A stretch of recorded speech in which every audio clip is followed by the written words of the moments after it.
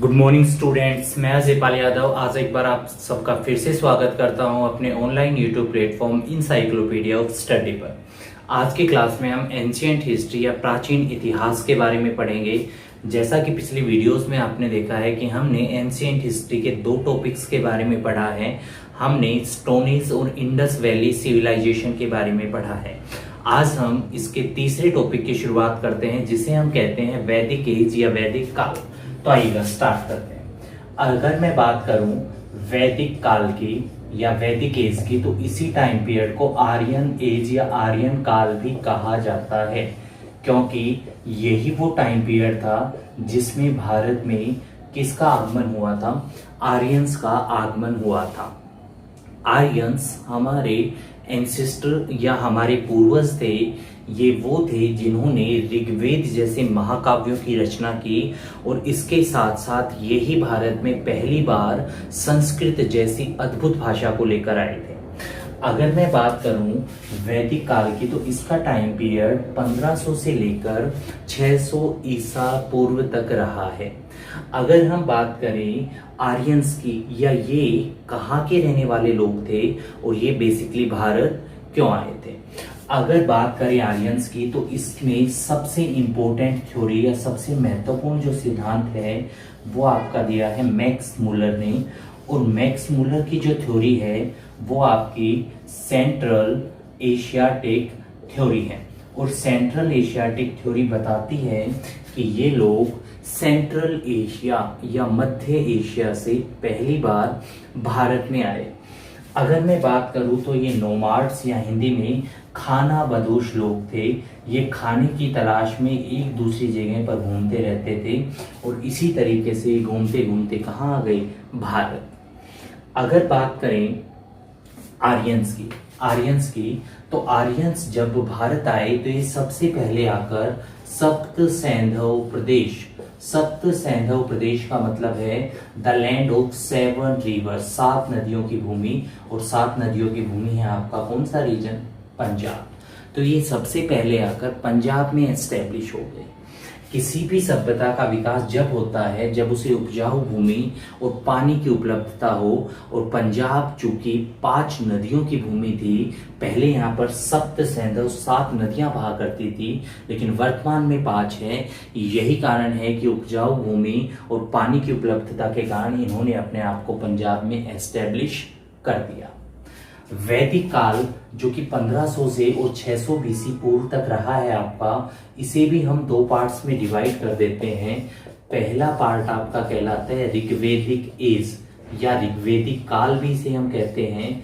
यह आपका 1500 से लेकर 1000 बीसी तक है, 1000 बीसी तक है।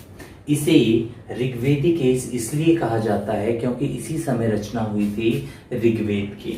दूसरा जो टाइम पीरियड है उसे हम बोलते हैं लेटर वैदिक पीरियड, या हिंदी में इसे हम उत्तर वैदिक काल भी कहते हैं। ये 1000 से लेकर 600 बीसी 600 बीसी तक रहा है। आज की क्लास में हम वैदिक एज के पार्ट 1 या ऋग्वैदिक काल के बारे में पढ़ेंगे। आप प्लीज स्क्रीनशॉट ले लीजिएगा अगर आपको लेना चाहे तो, फिर इसके बाद हम आगे चलते हैं। चलिएगा, तो ऋग्वैदिक काल की अगर मैं बात करूं तो ये वो टाइम पीरियड है जो आपका 1000 बीसी तक रहा है। इस टाइम पीरियड को ऋग्वैदिक काल इसीलिए कहते हैं क्योंकि इसी समय रचना हुई थी किसकी? ऋग्वेद की। तो अगर मैं बात करूं ऋग्वेदिक टाइम पीरियड के, तो ये टाइम पीरियड 1500 से लेकर और 1000 बीसी 1000 बीसी तक रहा है। अगर मैं बात करूं ऋग्वेदिक काल की, तो ऋग्वेदिक काल के समय में ही रचना की गई थी किसकी? ऋग्वेद की रचना की गई थी।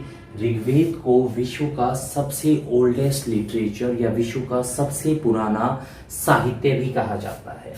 ऋग्वेद के अंदर 10 मंडल हैं। 10 मंडल हैं। मंडल का बेसिकली मतलब होता है कि ऋग्वेद को 10 पार्ट्स के अंदर क्या किया हुआ है? डिवाइड।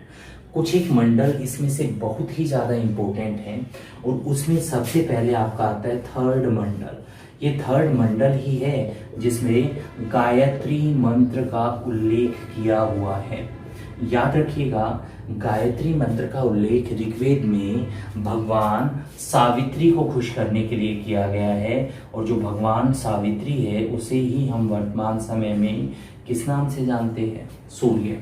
तो भगवान सूर्य की स्तुति में लिखा गया है आपका गायत्री मंत्र।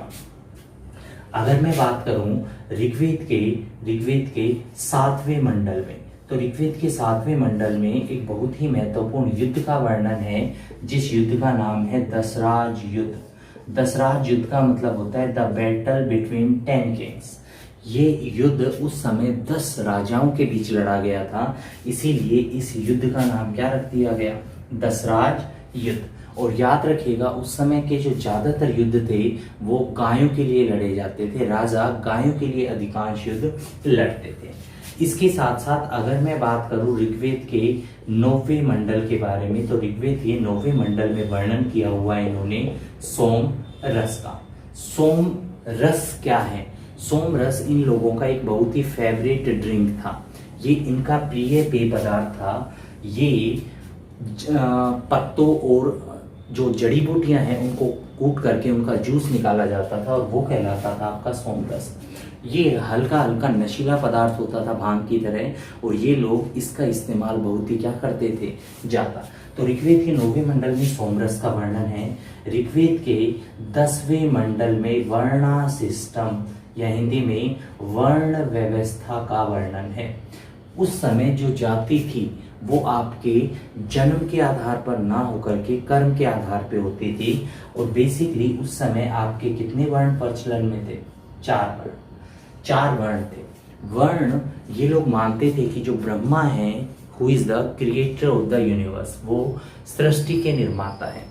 ब्रह्मा के मुख से ब्राह्मण की उत्पत्ति हुई, ब्रह्मा के सोल्जर बाजू से क्षत्रिय की उत्पत्ति हुई, ब्रह्मा के थाई जांग से वैश्य की उत्पत्ति हुई, और ब्रह्मा के फुट या पैर से किसकी उत्पत्ति हुई? शूद्र। ब्राह्मणों को सबसे वर्चस्व स्थान दिया गया था, जबकि शूद्रों को उस समय सबसे निम्नतम स्थान पे रखा गया था। तो ऋग्वेद के 3, 7, 9 और 10 मंडल इंपोर्टेंट बहुत ही क्या है? ज्यादा। इस टाइम पीरियड की अगर हम बात करें तो बिल्कुल सही है, ये लोग ब्रह्मा को सृष्टि का निर्माता मानते थे। लेकिन अगर इनके सबसे पवित्र देवता की बात करें तो इनके सबसे पवित्र देवता का नाम क्या था? इंद्र। इंद्र को ये लोग पूजा सबसे ज्यादा करते थे। ऋग्वेद के अंदर 250 बार इंद्र का वर्णन किया हुआ है। सेकंड नंबर पे ये पूजा करते थे अग्नि देवता का वर्णन 200 बार किया हुआ है। और तीसरे इनके सबसे पायस या पवित्र देवता थे, वो कौन थे? वरुण। इंद्र देवता को ये उस समय युद्धों में विजय दिलाने वाला देवता मानते थे। यही कारण था कि ये इंद्र का उस समय पूजा सबसे क्या करते थे? ज्यादा। इसके अलावा उषा, आदित्य, निशा, रात्रि, संध्या जैसी देवियों की भी ये क्या करते थे? पूजा करते थे। लेकिन जहां तक बात होती है उस समय महिलाओं की स्थिति की, तो ये वो टाइम पीरियड रहा है ऋग्वैदिक काल जब महिलाओं की स्थिति काफी अच्छी थी। लेकिन उस समय की जो फैमिली या जो परिवार हुआ करते थे वो पितृसत्तात्मक हुआ करते थे। फादर डोमिनेटिंग कम्युनिटीज थी, मतलब परिवार का हेड या मुखिया हमेशा पिता होता था। माता को कभी भी मुखिया का दर्जा नहीं दिया जाता था। अगर इस टाइम पीरियड की बात करें तो इस टाइम पीरियड में जो सबसे छोटी यूनिट होती थी आपकी, वो होती थी आपकी परिवार। और परिवार का जो हेड होता था वो कहलाता था इस समय कुलपति। और याद रखिएगा, जो कुलपति होता था वो हमेशा मेल ही होता था।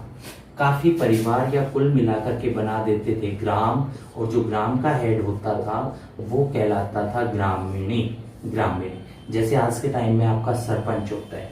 काफी ग्राम मिलकर के बना देते थे विश का हेड कहलाता था विशपति। और काफी विश मिलकर के बना देते थे आपके जन या कबीला, और जन या कबीले का हेड कहलाता था राजा, राजन या गोप। राजा, राजन या गोप। याद रखिएगा, यहाँ पर राजा का पद अनुवांशिक नहीं था। आई मीन टू से ऐसा नहीं था कि राजा की डेथ होने के बाद उसके बेटे को ही नया राजा बनाया जाएगा। राजा के पद का चुनाव किया जाता था। सभा, समिति और विदत, तीन इस समय की महत्वपूर्ण संस्थाएं थी जिसमें समिति का काम राजा का चुनाव करना होता था और इसके लिए बाकायदा आज की तरह उस समय भी वोटिंग सिस्टम का क्या था, प्रचलन था। राजा का काम कहीं पे भी अपने साम्राज्य का विस्तार करना नहीं होता था, उसका काम अपनी प्रजा की रक्षा या प्रजा को प्रोटेक्ट करना होता था। अगर मैं बात करूं ऋग्वेदिक काल में, तो जैसा कि मैंने पहले बताया कि इस समय महिलाओं की स्थिति बहुत ही क्या रही है, अच्छी रही है। अगर ऋग्वेदिक काल की बात करें, ऋग्वेदिक काल की अगर हम बात करें तो सभा, समिति और विदत नाम की तीन इस समय संस्थाएं थी। अगर मैं बात करूं सभा की, तो सभा का स्वरूप आज के समय में पंचायत जैसा था। गांव के लेवल पर जो छोटे लड़ाई झगड़े के मुकदमे होते थे उनका सॉल्यूशन सभा द्वारा किया जाता था।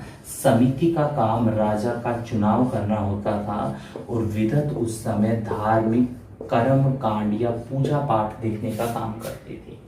सभा और समिति ये दो ऐसी थी संस्थाएं जिसमें उस समय महिलाओं का पार्टिसिपेशन था। यही कारण है कि मैंने कहा कि उस समय महिलाओं की स्थिति बहुत ही क्या रही है, अच्छी।